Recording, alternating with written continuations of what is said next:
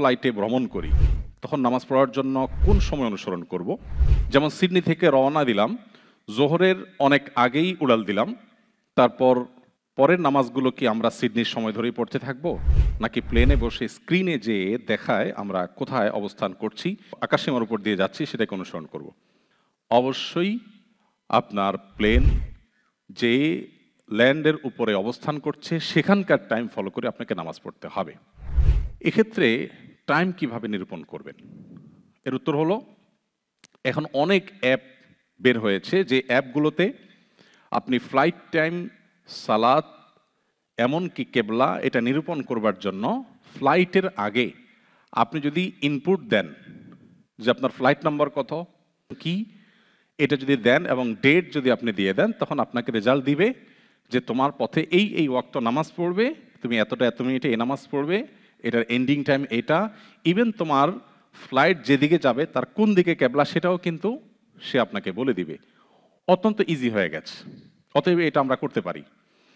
আর option number 2, আমরা নিজেরা ধারণা করে নামাজ পড়তে পারি, এবং এটা আমাদের জেনে রাখা বেশি গুরুত্বপূর্ণ অ্যাপসের চাইতে। সেটা হলো 5 ওয়াক্ত নামাজের, এখন তো আমরা ঘন্টা মিনিট ঘড়ির কাঁটা দেখে নিরূপণ করছি, যখন ঘড়ি আবিষ্কার হয় না তখন তো নামাজের বিধান ছিল। সো তখন মানুষ কিভাবে নামাজ আদায় করেছে? এর উত্তর হলো, সেটাই হলো নামাজের রিয়েল টাইম সিলেকশন পদ্ধতি।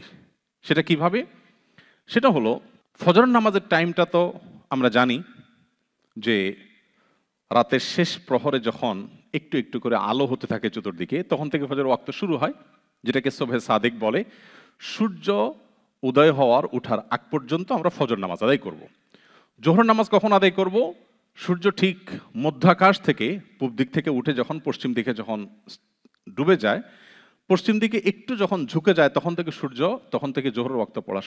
কোথাও দিন ছোট, কোথাও দিন বড়, সেটার ভিত্তিতে প্রত্যেকটা বস্তু মধ্যাকাশে থাকলে তার ছায়া যতটুকু থাকে তার দ্বিগুণ, অনেক ওলামাদের মতে বা জমহুর বেশিরভাগ ওলামাদের মতে 1 গুণ পর্যন্ত জোহরের ওয়াক্ত থাকে। সেটা সাধারণ অবস্থাতে যেখানে 12 থেকে 13 ঘন্টা দিন হয়, সেখানে সাধারণত 2 থেকে 2.5 ঘন্টা, কখনো কখনো 3 ঘন্টার কাছাকাছি সময়ও থাকে।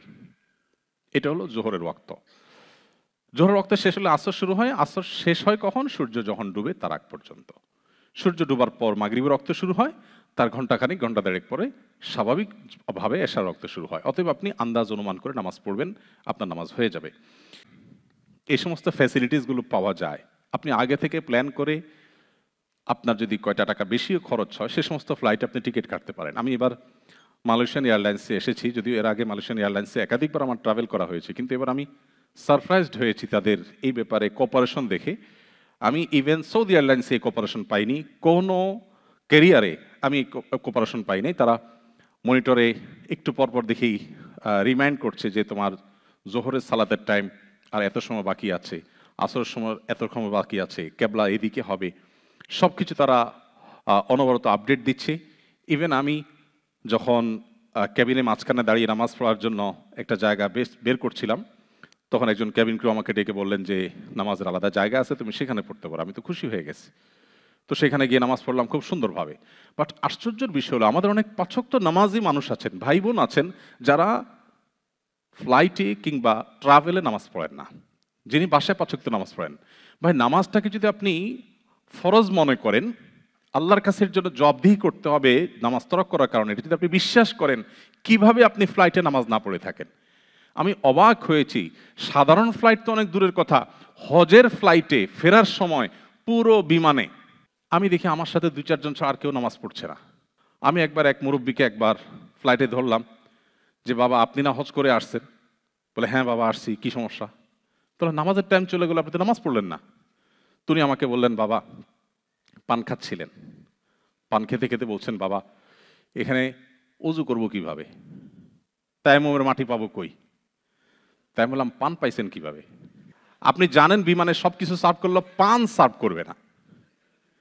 সুপারি এবং চুন অনেকে আপনারা খান, আমি দুঃখিত যে হয়তো যারা খাচ্ছেন তারা কষ্ট পেতে পারেন, কিন্তু এই অপ্রয়োজনীয় খাদ্য, অখাদ্য না বলে আমি বলি অপ্রয়োজনীয় খাদ্য, যেটা না ক্ষুধা নিবারণ করে না তৃষ্ণা নিবারণ করে। খাদ্যের তো একটা লক্ষ্য থাকে, মানে যে আপনি আধা ঘন্টা ধরে চাবাচ্ছেন, এটার লক্ষ্যটা কি? এটা কি আপনার ক্ষুধা নিবারণ করে না পিপাসা নিবারণ করে? আমি সিলেটি ভাইদের কাছে বিশেষভাবে ক্ষমা প্রার্থনা করছি, আপনারা রাগ করবেন না, আপনারা পান একটু বেশি খান। আমি এটাকে কিন্তু হারাম বলছি না, কেউ ভুল না বুঝি, কিন্তু আমি বলছি, যাই হোক, আমি আর মূল পয়েন্টে আসি যে আমি চাচাকে বললাম, চাচা আপনি জানেন এখানে ভাত দিবে, তরকারি দিবে, কিন্তু পান দিবে না, এবং দ্যাটস হোয়াই আপনি পান নিয়ে আসছেন সাথে। তো আপনার এই হিসাবটাও কষা দরকার ছিল যে সেখানে তো ওযু করা কঠিন হবে আমার জন্য, পা উঠাইতে পারবো না, ধুইতে পারবো না, বুড়ো মানুষ, তো আপনি একটু তায়াম্মুমের মাটি নিয়ে আসতেন। আপনার কাছে আপনার পানের ইম্পর্টেন্সই আছে, নামাজের ইম্পর্টেন্সি নাই। দুর্ভাগ্য আমাদের। বোনরা অনেকে আছেন 5 ওয়াক্ত নামাজ পড়েন নিজের ঠিকানায়, বাট তিনি ট্রাভেলে গেলে আর নামাজ পড়েন না। কোন অজুহাতে? বলে মহিলাদের নামাজের ব্যবস্থা নাই। আমার প্রশ্ন, আপনাকে যদি বলা হয় ট্রাভেল টাইমে 5 মিনিটের জন্য উঠা বসা, একটু ব্যায়াম করো, তাহলে তোমাকে $1 মিলিয়ন দেওয়া হবে। আমি বোনদের কাছে জানতে চাই, কোন কোন বোন বলবেন না আমার তো এখানে আসলে সেরকম কোনো পরিবেশ নাই, সো আমার $1 মিলিয়ন দরকার নাই? কেউ আছেন?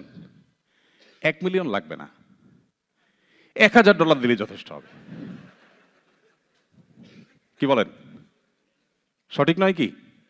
$1000 দিলে চিন্তা করবে, না হলে অন্যরা ক্যাবিন ক্রুরা দেখে 2টা গালি দিবে, না একটু বকা দিবে, না একটু আমি অস্বস্তিতে পড়বো, না হয় হয়তো এমন একটা পরিবেশ হবে সবাই বলবে মাথা নষ্ট হয়ে গেছে নাকি, এখানে বিমানে ব্যায়াম করার কি আছে, এই তো, এর বেশি কিছু না।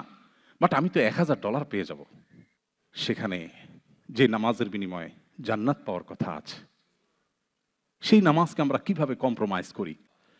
যে ব্যক্তি নামাজ ত্যাগ করে, ইসলামের তার কোনো হিস্সা নেই, কোনো অংশ নেই, এই জন্য নামাজ ত্যাগ করতে পারেন না। আমি আমার মাকে নিয়ে একবার ট্রাভেল করছিলাম ঢাকার গাবতলী থেকে যশোরে। আমার মনে আছে, বাস ছেড়ে দিবে, 10-15 মিনিট সময় আছে, এদিকে নামাজের ওয়াক্ত চলে যাবে একটু পরেই। বাস স্টপেজে কোথাও, এখন তো বাংলাদেশে অনেক মসজিদে মেয়েদের নামাজের ব্যবস্থা আলহামদুলিল্লাহ হয়েছে, বাট আমি যখনকার কথা বলছি আমার শৈশবের কথা, স্টুডেন্ট লাইফের কথা, অনেক আগের কথা, নামাজ পড়ার মতো কোনো পরিবেশ নাই। বলে বাবা উজু করারও তো ব্যবস্থা নাই, আর মসজিদে গেলে তখন মানুষ মাইর দিবে মহিলা নিয়ে মসজিদে গেলে, আর অনেক আগের কথা। এখন মানুষ আলহামদুলিল্লাহ অনেক কিছু বুঝছে এবং সহনশীল হচ্ছে। তো একটু পানি কিনে ধরলাম, রাস্তার ধারে দাঁড়িয়ে তিনি উজু করলেন সম্ভবত, আমার যতটুকু মনে পড়ে। এরপর আমাদের গাবতলীর মতো এর সমস্ত জায়গাগুলোতে আপনারা জানেন কত কনজাস্টেড থাকে দোকানগুলো। একটা মুদি দোকানে গেলাম যেখানে মাল সামানার জন্য ভেতরে ভালো করে 3-4 ফিট জায়গাও নাই। দোকানদারকে বললাম, ভাই আমার মা অনলি 2 রাকাত নামাজ পড়বে, জাস্ট 2 মিনিট টাইম লাগবে, আপনার দোকানের মধ্যে কি আপনি জায়গা দিবেন? আপনি কিভাবে দেখছেন নামাজকে? আপনার কাছে যদি নামাজ ফরজ এবং এটা না পড়ার কারণে আল্লাহর কাছে শাস্তির মুখোমুখি হতে হবে, সেটা যদি আপনার কাছে সত্যি বিশ্বাস আপনার অন্তরে থেকে থাকে, আপনাকে পৃথিবীর কোনো শক্তি নামাজ থেকে বাধা দিয়ে রাখতে পারবে না, আপনি যে কোনো মূল্যে আদায় করবেনই। তো এই জন্য ট্রাভেল টাইমে যারা নামাজ পড়েন না, তারা এই ব্যাপারটাতে আমরা খেয়াল করবো।